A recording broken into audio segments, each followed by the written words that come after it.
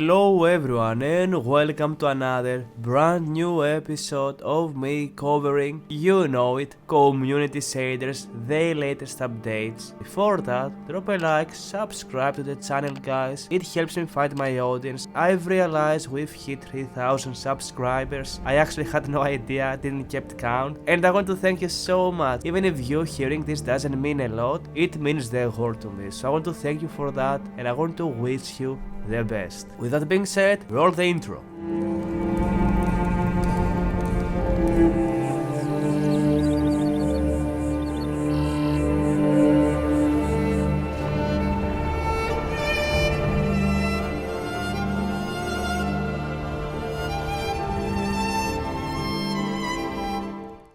Now that we are all here, I am going to split this video into two parts. The first part, I will cover some of the things, or should I say compare community shaders with ENBs, why you should use community shaders over ENB, or the opposite, and I'm going to cover some of the newest features that were added from the Nexus over the latest updates for community shaders, and I will cover this in detail. The second part, we are going to install community shaders together. Now, have in mind, this video will probably get outdated in a week or two. Community shaders are getting so many updates, so if you're watching this video in the future and this video is like a month old, you should be very careful about the features because some of them might be outdated, meaning that they might crash your game and vice versa. I will always try to constantly update those, so let's begin with the new additions.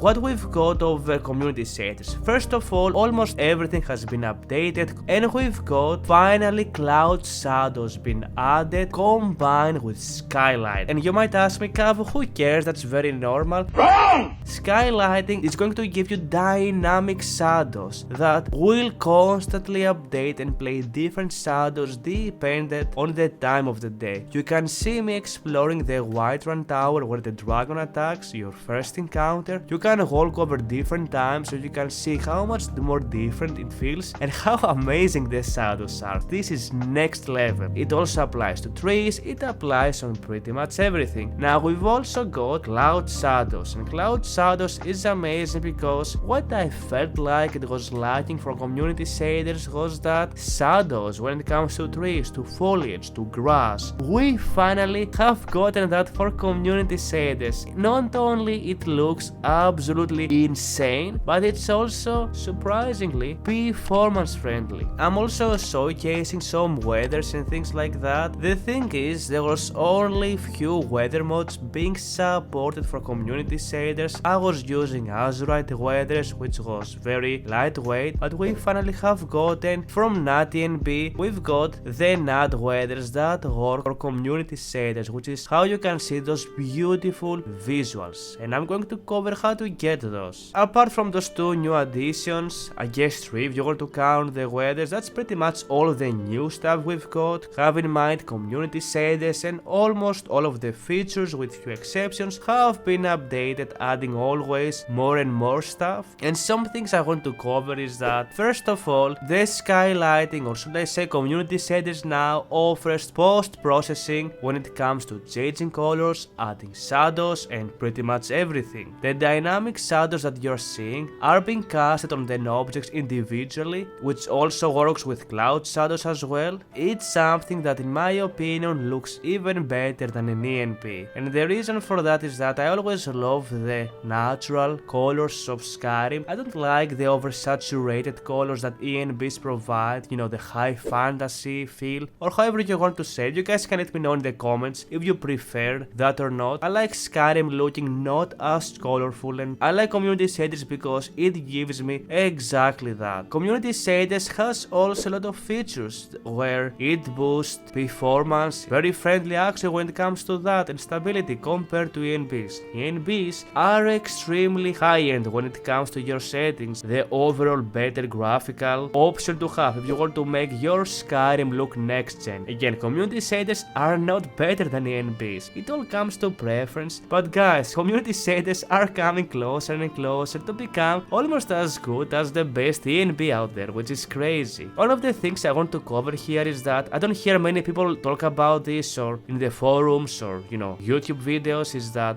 one of the reasons why I prefer community shaders as well is that for the light limit fix. The light limit fix, in case you're not aware, fixes the weird thing you see in Skyrim where you're getting flickering lights. Skyrim can only have as many lights, which usually with the NBs you have again that weird flickering which I could never really fix. Community shaders, by the way, count how many times I say community shaders in this episode, they remove that by having the light limit fix. Light limit fix, it's also something that ENBs don't have. Also, when it comes to the wetness effects, which in my opinion it's one of the coolest looking effects when it comes to CS light, and there is rumors, by the way, you haven't heard this from me, that the author is working on similar updates for ashes when it comes to solstice time or snow surfaces. Spoilers ahead, that being said. The wetness effects, in my opinion, it is looking so insanely good that I don't think any ENB can compare to it. I'm saying those things because community shaders might not be on the same parallel when it comes to the best ENBs, but we are getting features that ENBs don't have that community shaders offer, and if you include the fact that community shaders are getting so many updates constantly, it's crazy actually. I feel like CS is exploding the past few months, like every time I make a video about it we're getting 10 different updates and all of you guys are complaining because it makes the videos of the past obsolete. But I love the natural colors, I love those new additions, and again the constant updates, the natural feeling of Skyrim of not having oversaturation or super colorful visuals, it's something that again I love. And have a look how beautiful this looks, guys, and have in mind this is going to get better and better, and the idea behind community shaders again is to have performance and graphical options at the same time. That doesn't mean you cannot go all over the top, full boner ahead, however you want to call it. You can easily mix community shaders with CS light and even NAT looks, which is going to make your game look insane, which is going to put your PC on fire. That being said, that was my primitive knowledge when it comes to community shaders and why I like to use them over ENBs. It brings a nice fresh breath air to Skyrim. Okay, Kavou, that's cool, but how does one get community shaders? We go to the community shaders on Nexus made by Jonah Hex. Again, I will have all of the links down in the video description. The first thing you need to know is that community shaders works for Anniversary Edition, Special Edition, and VR. I am going to install community shaders for Special Edition. You can read a bunch of those changes, and essentially you need to grab all of those mods that you see here. You're going to go to the requirements, make sure you have address library, auto parallax. You don't need the engine fixes for VR unless you are using VR, the special engine fixes of course. Always check if you have the Microsoft visuals. You just go to the files and you simply enough click on this and you install it on your mod manager of your choice. Once this is installed, and I'm not going to waste your time, I'm gonna go super fast here, simply go here and install all of those here. For instance, you have the Cloud Shadows where you go to the files, you download it. You go to the Skylighting or you go to the files and you download it. You go to the Grass Lighting, you go to the files and you download it, and vice versa. You want to get all of those working, install them, have those features, and always check the main page again about what works and what doesn't. Once you install everything when it comes to community shaders, and again I don't know if I'm going too fast here, guys, let me know in the comment section or not. I'm going to cover community shaders many times in the future, I have a feeling of that. Once we've installed everything, we're going to hover here and we're going to grab the light placer, which we're going to use later on to fix the lights and make it look as you see in the video footage. You go to the requirements, and again we have community shaders, we have light limit fixed, which was one of the main features of community shaders, and make sure you have power of 3 tweaks. You go to the files and very simply install this, which as you can see it works for every version of Skyrim. Once you have this, grab install, we're going to grab CS Lite. And what CS Lite is, it's looks that works for community shaders. It adds dynamic lighting that works with post-processing when it comes to changing colors, adding lights, shadows. It is such a fantastic mod, and again, hover to the requirements, you see what you need, and you simply install it. Do anything you want with the 4 mod installers. And hold your pants because we are not done yet. Do you remember when I've told you we only have very few options when it comes to weathers? Not anymore, because in case you don't know, NAT.ENB is one of the best TNBs out there, and you might be asking, Kavou, this is not about TNBs, this is about community shaders. Again, hold your pants, because what we're going to do, we're going to grab the weathers, which by the way, they are the best weathers that exist on the Nexus of NAT.ENB, and we're going to apply those on community shaders. You go here, and you're gonna have the links down in the video, go to the files, and you install the second file over here, only this. You don't install anything else, only grab this and install it with your mod manager of your choice. Once this is done, you want to go to this, the NAT.CS 3, and essentially it's going to use what we've installed previously, combined with Skylighting, Cloud Shadows, and community shaders, bringing about asserting the Exodia here. So you want to go to the file and simply install this, and well done, because now you've managed to get community shaders installed, all of the features, insane weather effects, the best lighting mode when it comes to community shaders. We have literally asserted the pieces. Again guys, that's pretty much it. I'm gonna give you some more views of how beautiful your game can look, and again let me know in the comments if you are using an ENB, if you prefer ENBs over community shaders. I will be very curious to read those.